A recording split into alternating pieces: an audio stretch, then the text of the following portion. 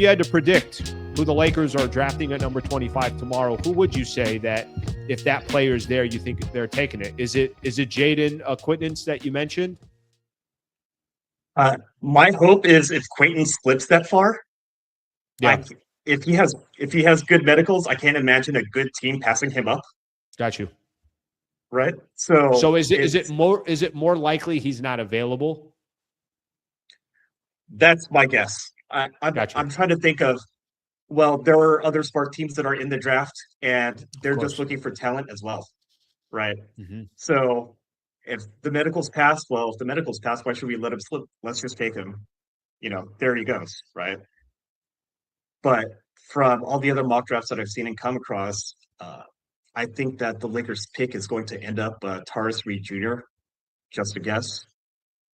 The Lakers do need a center. They do need physicality in general. Mm-hmm. Mm-hmm. They do need a guy that has played in more complicated schemes on the offensive and defensive end. Connecticut is kind of known for that. They need a guy that's familiar with different pick and roll coverages and can protect the paint a little bit. True. They need a guy that can set screens and maybe pass out of a hub situation. That would open up some flexibility for Coach Redick and even Luka as a pressure release. That matters. He checks off a lot of boxes across the board on both ends. And aside of maybe a little bit of foul trouble, which I definitely think is possible, that's still a contributing player for 1 to 2 shifts a game. And, that would be my guess. So Tarris Reed Jr. out of UConn would be again, if we're just predicting, maybe Tarris Jr. goes 22, maybe goes 20, whatever the case is. Right. But based off of the circumstances, you think there's a chance Lakers. And I think that also kind of talks to the type of player that they'd be grabbing, right? Somebody that has been in the league for a quick second, can come in and probably contribute sooner than somebody who's 18 or 19, 6'11", like you said, the athletic, the rim roller, all that stuff fits into a need that the Lakers are desperate for. And who knows, maybe this could be a player that down the road becomes, if that's the player that they end up drafting, if he's available. Okay, a couple final ones here, brother, and I'll let you go. Mike Garcia doing a great job. By the way, like I mentioned in the beginning, I want to make sure people know you do have a Substack, LakersDraft.substack.com. Go there, support Mike, obviously doing a great job and rolling up his sleeves.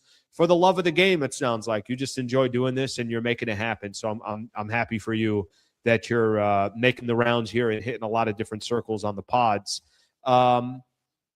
Let's see. Are you hoping the Lakers, they've done this before where they've bought a second rounder? How's the talent in the second round to where you'd like to see them? I'll give you an example, and I know you know this better than anybody else, but watching a guy like AJ Mitchell, who went number 38 in the second round, slice and dice the Lakers in that, obviously in that entire second round matchup. Obviously there's talent everywhere. So how deep is the second round and how much are you hoping for that the Lakers are around or that they get involved in the second round?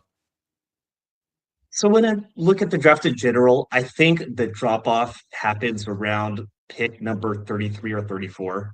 Okay. When I listen to different podcasts, whether it's Sam Vecini or whatever else it might be, they'll talk about first round gradings or guaranteed contracts. Usually it's 15 to 20 guys that are, this guy's going to comfortably make it to their second contract. No problem. When it's 15 and 20, that's a good draft. This year it's 25 to 30. And that's just a really good guess based on how much basketball you've watched and how you've seen talent level up year by year. And even when I look at pick number 32, 33, 34, it's like, this guy's a first rounder in another draft. That's just a stack class. If they buy a pick into the mid 40s, let's say, there's just a lot of setters, even still. But what I like, we've talked about organizations that have a great culture earlier. And one of the things that I think that they're going to take advantage of is second round picks and players on two-way contracts eating up playing time during the regular season. And I think it's an opportunity for basically every team to actually do, because, the NIL has already affected college players. Players are staying a little bit longer. So now you have a lot of upperclassmen into that second round. And now it's, well, hey, can we get this upperclassman to play a shift or two a game? Because if they're stealing minutes as a basically 13th or 14th man coming off the G League team, and they do it for 20 games out of a season because that's super helpful, then that's a steal. Two-way contracts don't count against the cap. And, you mentioned about, teams having their young players play during the regular season. I think that's a good way to kind of keep them on their toes and keep them engaged. It's like, oh, I'm playing a game in November. I thought I was going to sit this game. Oh, I got to play now because this is real, right? This isn't, oh, I sat all the way up until February and it's kind of like a little bit of a lull of the season before All-Star break or something. And then now they get playing time. It's like, well, okay. No, it's November. We're at the start of the season. We need to start off well. You're getting some minutes. Play well.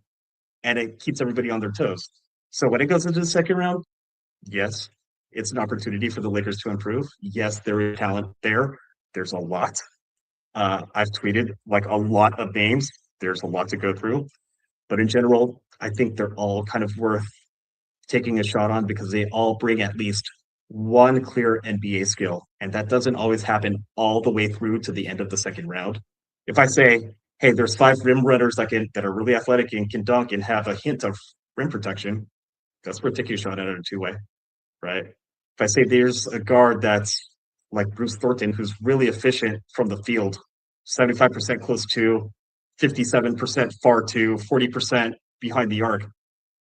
I don't care if he's, 6 foot with 6'6" arms, or he's not the most athletic guard. I just see this guy can actually score. Let's see what he can do against an NBA defense, because if that works out, that's a microwave scorer off my bench, and I can play that guy. And even somebody's going to get hurt during the regular season, have this guy come in for a shift or two a game, and you have this microwave scorer, that's a bonus, and it's also a luxury as well. So yeah, it's definitely worth investing to the second round. Thank you for watching the clip, and hopefully you're enjoying the content on the channel. Shout out to Brad Wallace and the Wallace Firm, official injury attorney of Hoops Talk. If you need an injury attorney, just go to wallacewins.com/Sliwa. That's wallacewins.com/Sliwa.